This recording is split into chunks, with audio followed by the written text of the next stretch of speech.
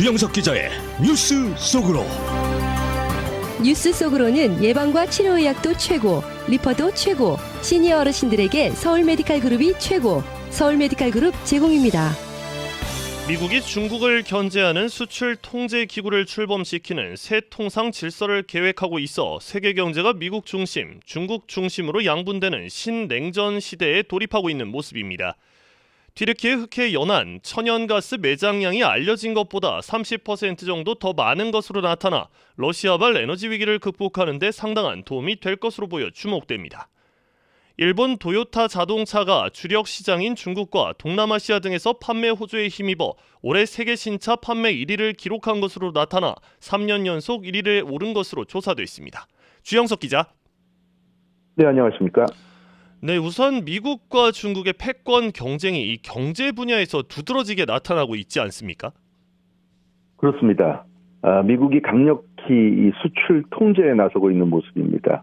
이 수출 통제를 하는 이유는 역시 그 중국을 의식한 것 때문인데요. 중국과의 이 패권 경쟁에서 무기로 이 수출 통제를 쓰려는 그런 움직임을 본격화하고 있는 것으로 나타났습니다.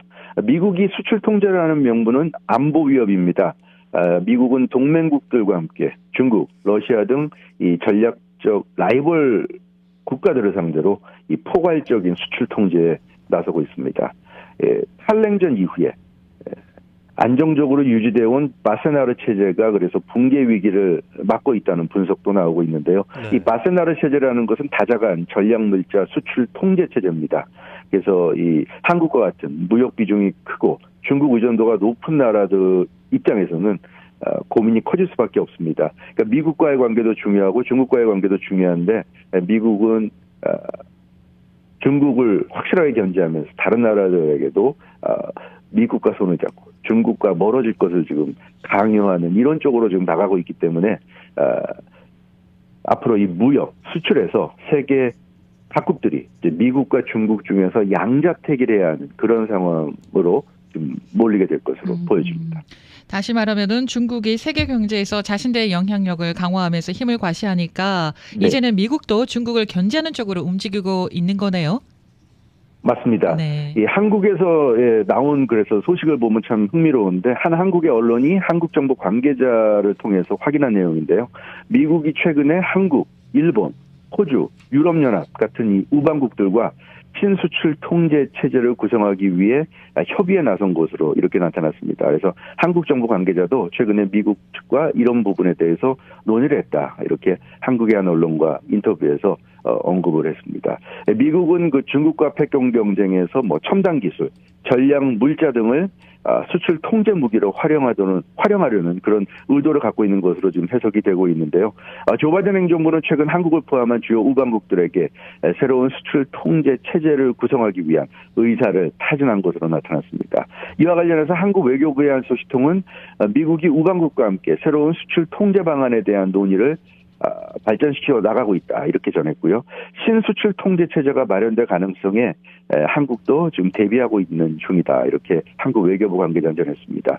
이 관계자는 신바세나르 체제의 시나리오별 대응책을 마련하고 있다고 전했는데 지난달 그러니까 11월에 미국과 별도로 한국이 그 수출 통제 워킹그룹 실무 작업반을 구성했다고 전하기도 했습니다. 이 수출 통제 워킹그룹 채널을 통해서 이 새로운 바세나르 체제와 관련된 그런 논의가 이루어질 가능성이 큰 것으로 좀 알려지고 있습니다.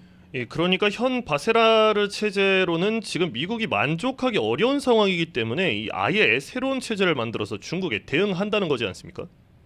맞습니다. 그런 내용입니다. 그러니까 바세나르 체제라는 게 무기나 무기 전용이 가능한 기술, 소재 등을 통제하는 시스템입니다. 그래서 미국, 한국, 일본, 프랑스, 독일 같은 범서방 국가들과 러시아, 체코 같은 옛 공산권 국가들까지 포함해서 모두 42개 회원국 체제로 이루어진 그런 그 체제가 바세나르 체제인데요. 중국은 이 바세나르 체제 회원국이 아닙니다. 그렇기 때문에 기존의 바세나르 체제를 가지고 견제할 수도 있지만 문제는 러시아가 이 바세나르 체제 회원국이기 때문에 러시아가 중국을 보호해줄 가능성이 높다. 왜냐하면 바스나르 체제라는 건 만장일치로 의사결정하는 시스템이기 때문에 한 국가라도 반대하는 상황에서는 중국을 견제하기가 힘들고요. 현재 그 러시아가 우크라이나 전쟁을 하면서 중국에게도 많은 지금 지원을 요청하고 있기 때문에 러시아가 이 중국과의 관계를 고려해서 바스나르 체제에서 미국이 중국을 견제하려고 하면 러시아는 반대할 겁니다. 그래서 러시아가 있는 한 바스나르 체제에서 중국을 효과적으로 견제하기 어렵다. 그렇기 때문에 바스나르 체제를 대체하는 새로운 수출 통제 기구를 설립해서 거기서 중국도 빼고 러시아도 빼고 그 미국과 친한 국가들로만 체제를 만들어서 새로운 시스템을 만들어서 그 시스템 안에서 중국을 견제하겠다. 이게 지금 미국의 의도로 보이고요. 따라서 결국 러시아까지 새로운 바스나르 체제에서는 외면당할 것으로 이렇게 보여집니다. 네. 확실히 최근 들어가지고요. 점점 예전처럼 냉전 시대가 다시 돌아온다. 뭐 이런 느낌이 매우 강하게 듭니다. 네, 맞습니다. 사실 그 소련이 1989년 해체되고 나서 그 이후로는 뭐 예전처럼 뭐 자본주의 국가, 뭐 공산주의 국가의 어떤 이런 대립, 이런 그 양 진영의 대결 이런 것보다는 이 뭐라 그럴까요? 각자의 어떤 이익에 따라서 그런 어떤 이제 이념을 초월해서 글로벌 시대를 좀 더 활성화시키면서 하나가 되는, 지구촌이 하나가 되는 이제 그런 느낌이 강했습니다. 러시아, 중국도 미국과 교류하면서 글로벌 지구촌 시대가 이제 열린 것으로 느껴졌는데, 이 미국이 그때는 이제 세계 유일의 초강대국 위치에서 전 세계를 경제적으로, 외교적으로, 안보적으로 주도하는 그런 모습이었는데, 갈수록 이제 중국이 팽창하고 러시아가 미국의 이해관계를 건드리면서 분위기가 달라졌고요. 그 G2로 성장한 중국에 대해서 미국이 계속 주체내하다가 도널드 트럼프 대통령 시절부터 본격 대립했고, 조 바이든 대통령 시대가 되고 나서도 중국에 대한 미국의 강경 기조는 그대로 유지가 되고 있습니다. 네. 그리고 러시아 같은 경우도 이 소련이 해체된 이후로 한동안은 미국과 잘 지내다가 계속 또 이제 미국과 어긋났고요. 특히 바락 오바마 대통령 때 러시아가 크림반도를 합병을 했고, 이것을 이제 미국이 맞지 못하면서 러시아에 한 방 먹은 상태가 됐고, 미국은 이번 우크라이나 전쟁에서 노골적으로 이제 우크라이나를 지원하면서 러시아와 맞서고 있는 그런 상황입니다. 그래서 미국은 러시아나 중국을 대화 상대로 보지 않는다는 점을 좀 분명하게 드러내고 있고, 이놈이 적으로 보고 있다는 게 지금 보여지고 있죠. 그래서 러시아와 중국을 상대로 미국이 힘으로 찍어 누르는 그런 의도가 지금 나타나면서 세계 질서는 미국 진영, 또 러시아와 중국을 축으로 하는 또 다른 진영, 이렇게 양분되면서 새로운 냉전 시대를 맞고 있다. 이런 점에서 이 새로운 경제 체제가 또 들어서게 된다면, 새로운 그 미국이 주도하는 수출 통제 체제가 들어선다면 이런 신냉전이 더욱더 심화될 수 있다는 우려의 목소리도 높아지고 있습니다. 네, 이 고래 싸움에 새우등 터지지 말아야 될 텐데 참 걱정입니다. 네. 네, 이번에는 튀르키예로 가보겠습니다. 이 튀르키예 흑해 연안에서 에너지 관련해서 아주 좋은 소식이 나왔네요. 네, 그렇습니다. 튀르키예의 그 흑해 연안 지역에서 천연가스를 시추하고 있는 그런 상황입니다. 그런데 당초에 알려진 것보다 30% 이상 더 많은 천연가스 매장량이 있다는 발견이 된 겁니다. 네. 그러니까 예상치를 훨씬 넘어선 풍부한 천연가스가 매장되어 있는 것으로 드러나면서 뭐 튀르키예는 말할 것도 없고 유럽이 크게 고무된 그런 분위기로 나타나고 있는데요. 지금 아시다시피 우크라이나 전쟁 이후로 러시아산 에너지가 수출이 되지 않으면서 유럽이 크게 지금 그 에너지 위기를 맞고 있는데, 터키 흑해 연안 천연가스가 이제 매장량이 기존에 알려진 것보다 훨씬 많아서 이것이 이제 유럽 쪽으로 수출이 된다고 한다면 유럽의 천연가스 가격 안정화 가능성이 높아지기 때문에 네. 유럽은 굉장히 좀 기대하고 있는 그런 모습입니다. 이번 천연가스 소식은 터키 측에 직접, 튀르키예 측에 직접 발표한 내용인가요? 네. 예, 맞습니다. 그렇습니다. 이 터키, 튀르키예가 직접 발표했는데요. 블룸버그 통신은 레제프 타이프 에르도안 튀르키예 대통령이 직접 발표했다고 보도했습니다. 이 에르도안 대통령 발표 내용을 보면 기존 흑해연안 유전의 매장량을 재평가했고, 또 신규 탐사를 실시한 결과를 발표한 건데요. 매장량 추정치가, 그러니까 천연가스 매장량 추정치가 5,400억 제곱미터에서 7,100억 제곱미터로 약 31%가량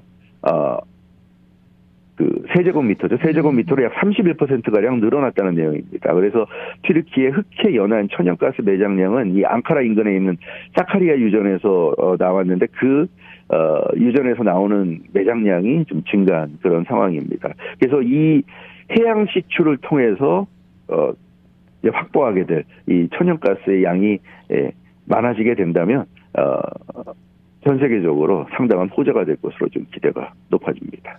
네, 이 튀르키예는 일단 자국 내수용으로 충분한 천연가스를 확보한 다음에 이 러시아와 우크라이나 전쟁으로 에너지난에 직면해 있는 유럽으로 수출할 것으로 보이지 않습니까? 맞습니다. 그래서 그 시카리아 유전에 보면 내년 1분기부터 튀르키예 전력망에 천연가스가 이제 공급될 예정이고요. 튀르키예 정부는 이 사카리아 유전에서 내년에 약 한 35억 세제곱미터에 달하는 천연가스를 생산해낸다는 그런 계획입니다. 그 이후에 4년 이내에 연간 약 1,500억 세제곱미터로 천연가스 생산량을 늘린다는 계획이고요.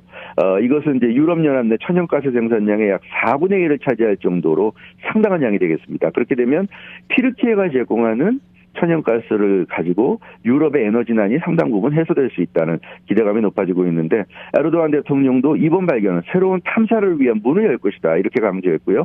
튀르키예는 가능한 한 빠른 시간에 새로운 시추공을 뚫을 것이라고 얘기하고 있습니다. 튀르키예 입장에서도 이걸 이제 뭐 유럽을 비롯해서 세계 각국에 이걸 이제 판매하게 되면 그만큼 또 많은 이익을 얻을 수 있기 때문에 본격적인 천연가스 생산에 나서게 될 것으로 이렇게 보여지는데 그 결과를 통해서 유럽의 천연가스 시세 또 글로벌 천연가스 시세가 안정화되지 않을까 하는 그런 기대감이 높아지고 있습니다. 네. 자, 다음 소식입니다. 올해 전 세계에서 새로운 자동차를 가장 많이 판매한 회사가 일본의 도요타사로 나타났네요. 예, 그렇습니다. 역시 도요타 명성답게 3년 연속 신차 판매 세계 1위 자리를 지금 지킬 것이 확실시되고 있습니다. 아직 12월이 끝나지 않았기 때문에 올해 통계치가 확정적인 통계치는 이제 내년 초가 돼야 발표가 될 텐데요. 그러나 뭐 도요타가 올해도 신차 판매 세계 1위는 확실해 보입니다. 어제 올해 1월부터 11월까지 사이에 전 세계 신차 판매 대수가 발표됐습니다. 12월 한 달을 제외한 나머지 11개월 신차 판매 대수가 나왔는데 도요타가 지난해와 같은 956만여 대를 판매한 것으로 나타나서 2위 독일의 폭스바겐보다 214만여 대 더 많은 것으로 이렇게 나타났습니다. 지난달 한 달 실적만 살펴보더라도 상승세가 눈에 띄고요. 그래서 폭스바겐이 12월 한 달 동안 도요타에 역전하려면 12월에 올해 월 평균 판매 3배를 넘는 신차를 팔아야 하는데 이건 거의 불가능하다고 보고요. 그래서 올해도 도요타의 신차 판매 세계 1위는 확정됐다고 말씀드려도 과언은 아닐 것 같습니다. 도요타가 이처럼 신차 판매 부문에서 이 강세를 보이는데 그렇다면 이 3년 연속 독주하는 이유는 뭡니까? 이유가 있는데요. 도요타는 주력 시장이 중국과 동남아시아입니다. 그래서 중국과 동남아시아에서 판매 호조를 보인 것이 결국 전 세계 신차 판매 1위로 나타났습니다. 도요타는 그러니까 주력 시장이 코로나라든가 또 금리 인상이라든가 여러 가지 악재가 있음에도 불구하고 주력 시장이 버텨주면서 판매가 잘 된 것이 결국 전체 실적을 지탱해 준 것으로 이렇게 분석이 됐고요. 이 도요타의 좀 힘든 부분이라고 한다면 반도체 부족 때문에 세계적인 차량 생산 정체가 계속되고 있다는 겁니다. 그래서 신차 제조량이 기대치에 지금 미치지 못하고 있다는 게 리스크로 꼽히는데 그러다 보니까 북미라든가 일본, 유럽 같이 신차판 이 고성능 차종을 많이 쓰는 반도체가 많이 들어가는 고성능 차종을 많이 쓰는 곳에서는 신차 판매가 10%씩 감소한 것으로 나타났는데 하지만 중국이나 동남아시아 같은 경우는 상대적으로 반도체를 덜 쓰는 북미나 유럽이나 일본에 비하면 덜 디벨롭된 그런 차량들이 쓰여지기 때문에 그런 곳에서 많은 판매를 기록하면서 북미나 유럽에서 다소 힘들었던 부분을 충분히 만회했다 이렇게 보여집니다. 그래서 역시 도요타의 지난 수십 년간 쌓아온 저력이라든가 이런 공급망 때문에 어려운 시기에도 도요타가 3년 연속 전 세계 자동차 신차 판매 1위를 지금 유지하고 있는 것으로 이렇게 분석이 됐습니다. 사실 예전에 오일 쇼크 때도 좀 일본 차량들이 많이 팔렸는데 이 에너지 가격이 네, 올라서 그렇죠. 그럴 수도 있다라고 볼 수 있겠네요. 네, 맞아요. 그렇습니다. 그러니까 일본 차가 우리가 흔히 얘기하는 럭셔리 차, 명품 차라기보다는 좀 실용적이고 경제적으로 타기 굉장히 좋은 그런 이제 자동차로서의 효율적인 면이 좋은데 그런 면이 역시 이렇게 그 경제적으로 어려운 시기에 강점을 발휘한 것으로 이렇게 볼 수 있을 것 같습니다. 네, 알겠습니다. 감사합니다.